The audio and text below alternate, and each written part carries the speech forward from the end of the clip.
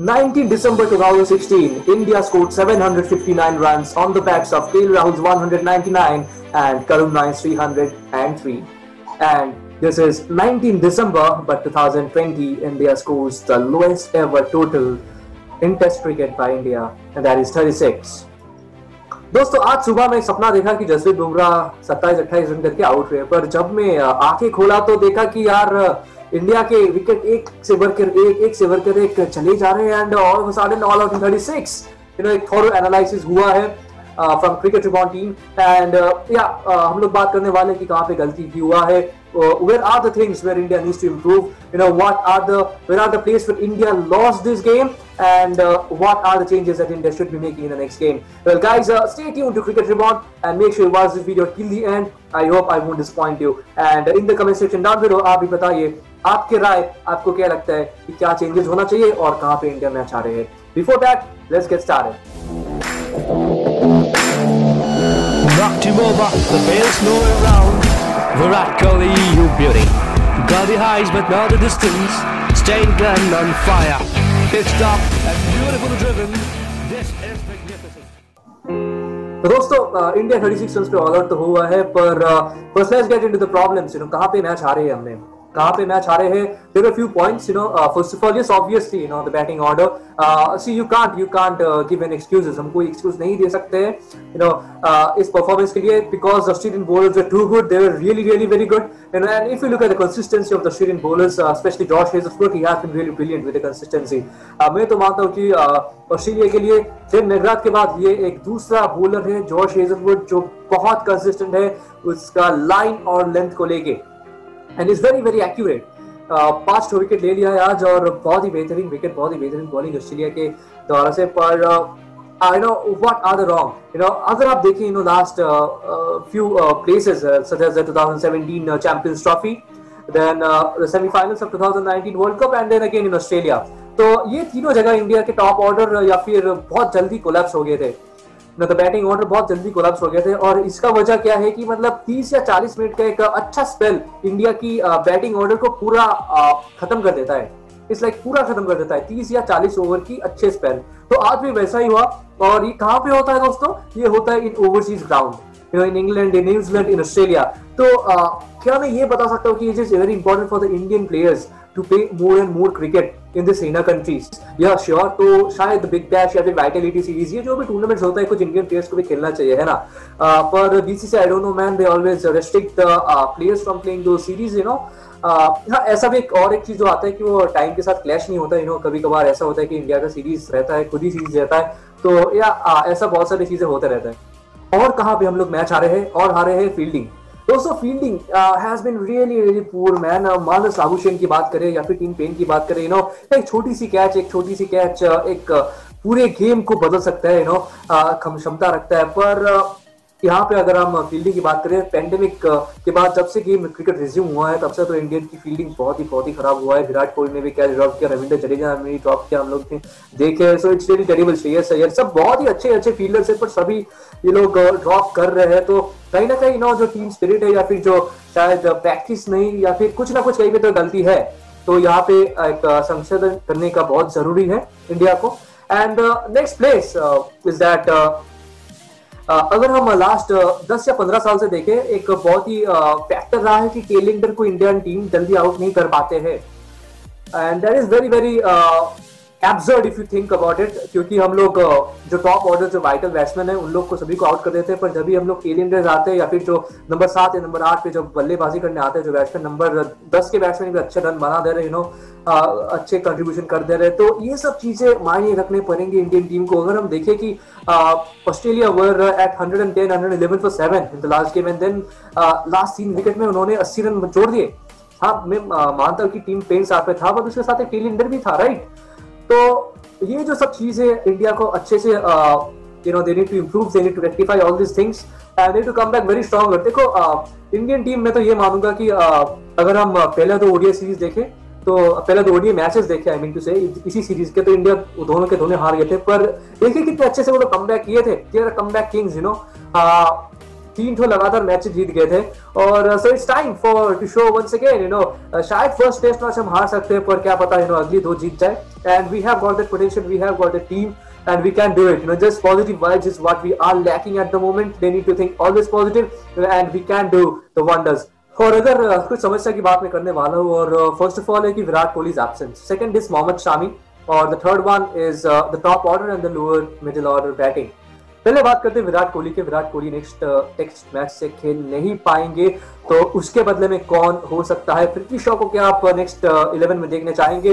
Well मैं तो कहूंगा कि पृथ्वी शॉ को थोड़ा टेक्निकल ग्लिच आ गया है उन पे भी। बहुत कोई ये भी कह रहा है कि उसे लेना ही नहीं चाहिए था, पर देखो ऐसा बात नहीं है। He is a potential player, Prithvi Shaw is a very very good player. Domestic circuit में देखिए आप उसका record, he is a very good player. But हाँ, players do go through a rough patch. अगर हम आप देखें तो केएल राहुल, विराट कोहली ये सब गए हैं, और अभी जब कम बैक करके आए तो इन्हें सब हम लोग बहुत ही अच्छे बोलते हैं, is a very good player and all. Prithvi Shaw is also a very good player, to back him. And the thing is that why I am saying about him, because एक 2 जगह खाली है अभी विराट कोहली और पृथ्वी शॉ की जगह, 2 प्लेसेस तो ढूंढना है। और मोहम्मद शामी अगर खेल नहीं पाएगी, कि हम लोग सुना है कि मोहम्मद शामी को बहुत अच्छे से गहरा चोट लगा है, तो if not Mohammed Shami, who should it be? My answer is Navdeep Saini. Mohammed Siraj has been very good, no doubt, but Navdeep Saini के पास एक एक्स्ट्रा पेस है, एक्स्ट्रा बाउंस है। मोहम्मद सिराज के पास है, पर if you talk about the pace, it's Navdeep Saini. और ऑस्ट्रेलियन कंडीशंस में pace and bounce is always very crucial. जितना पेस, जितना बाउंस है आपके पास, आप उतने खतरनाक हो सकते हैं इस पिचेस में। अगर शॉन टेट के बारे में देखें तो ही is a very good example for it. और पृथ्वी शॉ की जगह मैं देखना चाहूंगा केएल राहुल को ओपन करते हुए, और मिडिल पे Shubman Gill should be a best option in place of Virat Kohli, क्योंकि उन्होंने अच्छे प्रदर्शन भी किया है, टेक्निकली बहुत करेक्ट है, रन्स भी बनाए हैं प्रैक्टिस गेम्स पे, and is a very potential player. I think is a good player, is a good batsman, solid batsman. और जो मेन होता है ऑस्ट्रेलियन पिचेस में जब खेल रहे हैं ना, तो आपको पुल शॉट खेलना बहुत अच्छा से आना चाहिए, जो बहुत किसी को उतना अच्छा से नहीं आता है। अगर आप वीवीएस लक्ष्मण की पुल शॉट देखें तो बहुत अच्छा था, और अभी रोहित शर्मा के फिलहाल तो बहुत अच्छे है, the hook and the pull shot. और Shubman Gill is one of those cricketers जिन्हें फ्रंट फुट में पुल शॉट खेलना आता है। लाइक जनरली पुल शॉट हम बैक फुट में खेलते हैं, पर उसका जो अगला पैर है वो थोड़ा पीछे तो जाता है, पर हल्का आगे भी जाता है पिछले वाला पैर। तो that is the thing, I think he is a very good player. So Shubman Gill should be an inclusion to the team. तो अगले बात की जाए तो द प्लेइंग 11 क्या होना चाहिए, एंड जो कॉम्बिनेशन है वो क्या होना चाहिए। देखो मैं तो चाहता हूँ कि मयंक और केएल राहुल दोनों एक साथ ओपन करें, तो क्योंकि they have got a very good coordination, and उनके भी अंडरस्टैंडिंग बहुत अच्छा है, game understanding. I really want to see both of them opening. One down में चतेश्वर पुजारा, फिर अब आते हैं, मैं चाहता हूँ कि Ajinkya Rahane as a captain, and really looking forward to him. मैं चाहता हूँ कि सेकंड डाउन में जहाँ पे विराट कोहली खेलते थे, अजिंक्य रहाणे थोड़ा अब द ऑर्डर आ जाए और खेले, that would be really really crucial. और ये नंबर 5 पे अगर आप शुभमन गिल, अगर आप स्पेशलिस्ट बैट्समैन चाहते हैं, I would love to have Shubman Gill, और नहीं तो वी हैव रविंद्र जडेजा। अगर आप चाहते हैं कि जडेजा को खिलाए, अजय की जडेजा बहुत अच्छे, अगर वो फुल्ली फिट है, आई think he will give a good balance, is a very good red ball cricketer. अब एक स्पिन फ्रेंडली थोड़ा सा अगर टर्न ऑन आता है, तो I think Ravindra Jadeja would be a good thing, and उसका फील्डिंग भी बहुत अच्छे है, batting as a batsman is very good, and he is in good form, the most vital thing.